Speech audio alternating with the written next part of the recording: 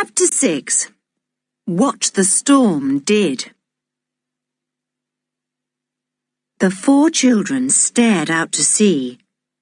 They had all been so interested in exploring the exciting old castle that not one of them had noticed the sudden change in the weather. Another rumble came. It sounded like a big dog growling in the sky. Tim heard it and growled back, sounding like a small roll of thunder himself. "My goodness, we're in for it now," said George, half alarmed. "We can't get back in time, that's certain. It's blowing up at top speed. Did you ever see such a change in the sky?" The sky had been blue when they started. Now it was overcast, and the clouds seemed to hang very low indeed. They scudded along as if someone was chasing them, and the wind howled round in such a mournful way that Anne felt quite frightened.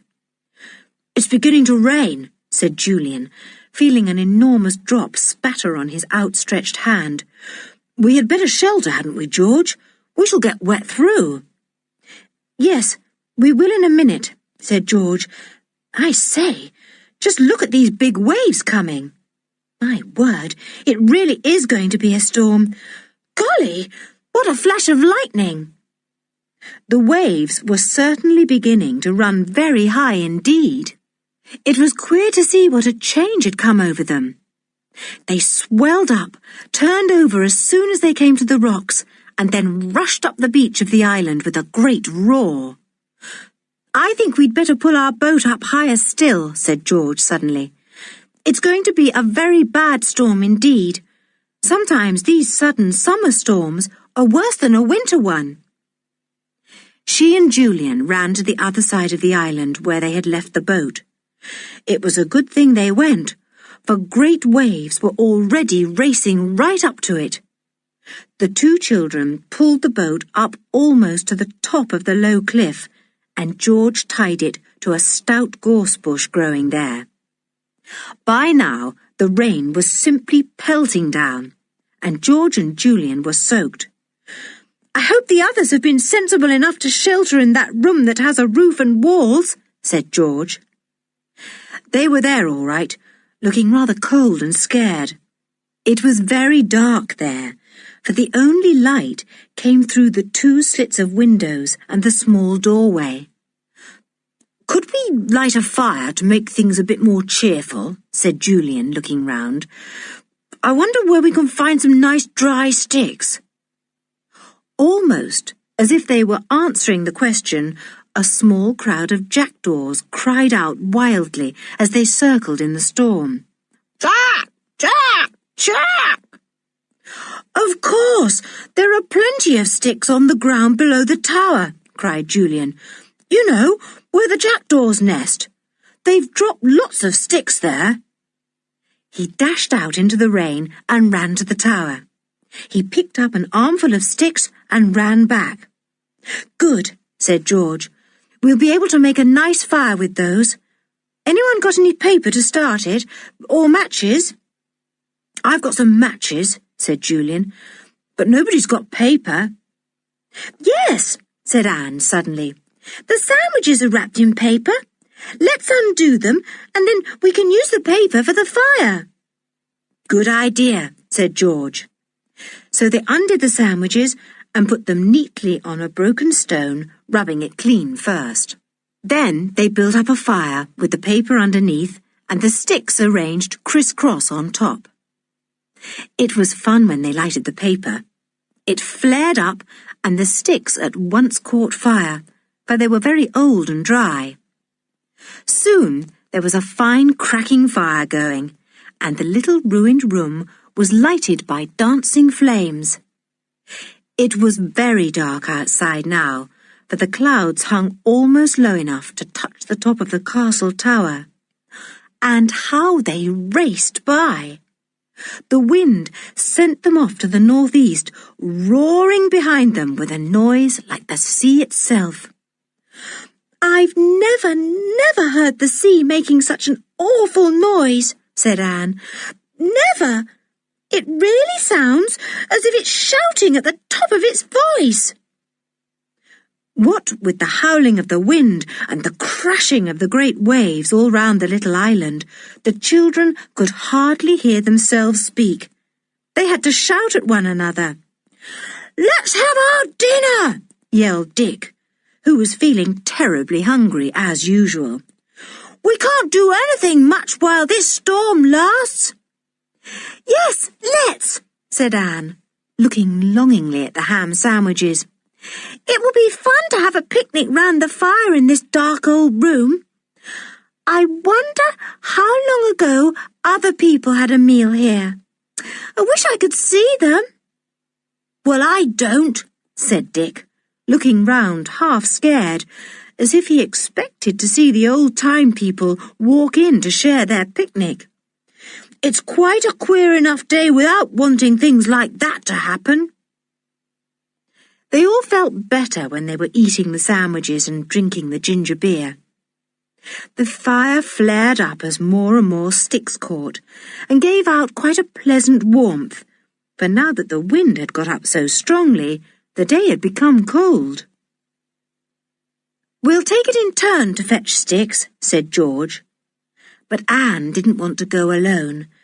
She was trying her best not to show that she was afraid of the storm, but it was more than she could do to go out of the cosy room into the rain and thunder by herself. Tim didn't seem to like the storm either. He sat close by George, his ears cocked, and growled whenever the thunder rumbled. The children fed him with titbits, and he ate them eagerly, for he was hungry too. All the children had 4 biscuits each. "I think I shall give all mine to Tim," said George. "I didn't bring him any of his own biscuits, and he does seem so hungry." "No, don't do that," said Julian. "We'll each give him a biscuit. That will be 4 for him, and we'll still have 3 left each. That will be plenty for us." "You are really nice," said George. "Tim, don't you think they are nice?" Tim did. He licked everyone and made them laugh. Then he rolled over on his back and let Julian tickle him underneath. The children fed the fire and finished their picnic. When it came to Julian's turn to get more sticks, he disappeared out of the room into the storm. He stood and looked around, the rain wetting his bare head. The storm seemed to be right overhead now. The lightning flashed and the thunder crashed at the same moment. Julian was not a bit afraid of storms, but he couldn't help feeling rather overawed at this one. It was so magnificent. The lightning tore the sky in half almost every minute, and the thunder crashed so loudly that it sounded almost as if mountains were falling down all round. The sea's voice could be heard as soon as the thunder stopped, and that was magnificent to hear too. The spray flew so high into the air that it wetted Julian as he stood in the centre of the ruined castle. "I really must see what the waves are like," thought the boy. "If the spray flies right over me here, they must be simply enormous." He made his way out of the castle and climbed up onto part of the ruined wall that had once run all round the castle. He stood up there, looking out to the open sea, and what a sight met his eyes! The waves were like great walls of grey-green. They dashed over the rocks that lay all around the island, and spray flew from them, gleaming white in the stormy sky. They rolled up to the island and dashed themselves against it with such terrific force that Julian could feel the wall beneath his feet tremble with the shock. The boy looked out to sea, marvelling at the really great sight he saw. For half a moment he wondered if the sea might come right over the island itself. Then he knew that couldn't happen, for it would have happened before. He stared at the great waves coming in, and then he saw something rather queer. There was something else out on the sea by the rocks, besides the waves. Something dark, something big, something that seemed to lurch out of the waves and settle down again. What could it be? "It can't be a ship," said Julian to himself, his heart beginning to beat fast as he strained his eyes to see through the rain and the spray. "And yet, it looks more like a ship than anything else. I hope it isn't a ship. There wouldn't be anyone safe from it on this dreadful day." He stood and watched for a while. The dark shape heaved into sight again and then sank away once more. Julian decided to go and tell the others. He ran back to the firelit room. "George! Dick! There's something queer out on the rocks beyond the island!" he shouted at the top of his voice. "It looks like a ship, and yet it can't possibly be! Come and see!" The others stared at him in surprise and jumped to their feet.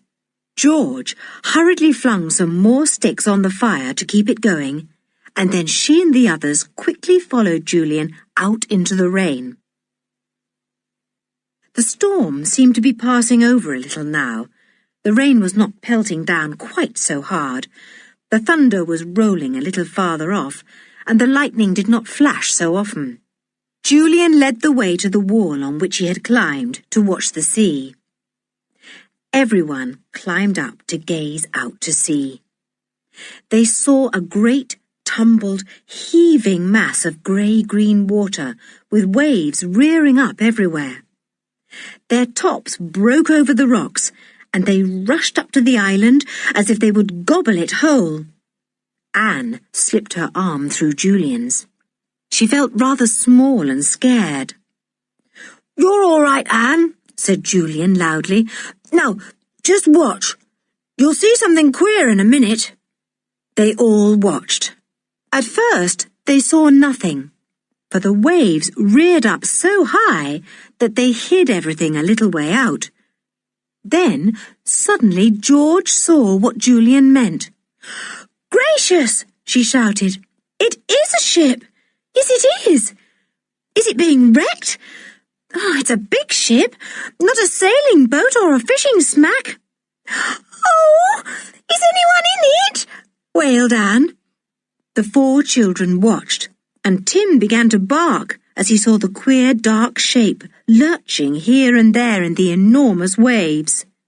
The sea was bringing the ship nearer to shore.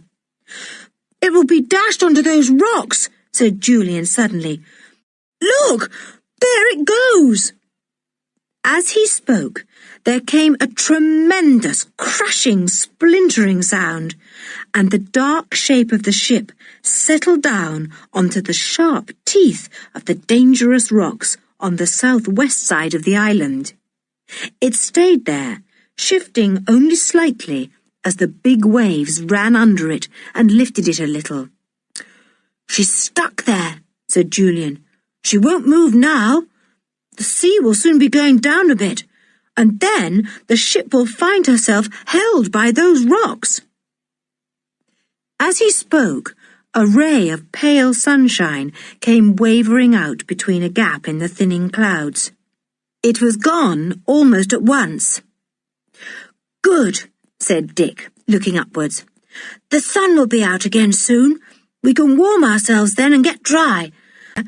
No wonder it looks so old and dark and such a strange shape." It was the wreck lifted high out of its sleeping place and put on the rocks nearby.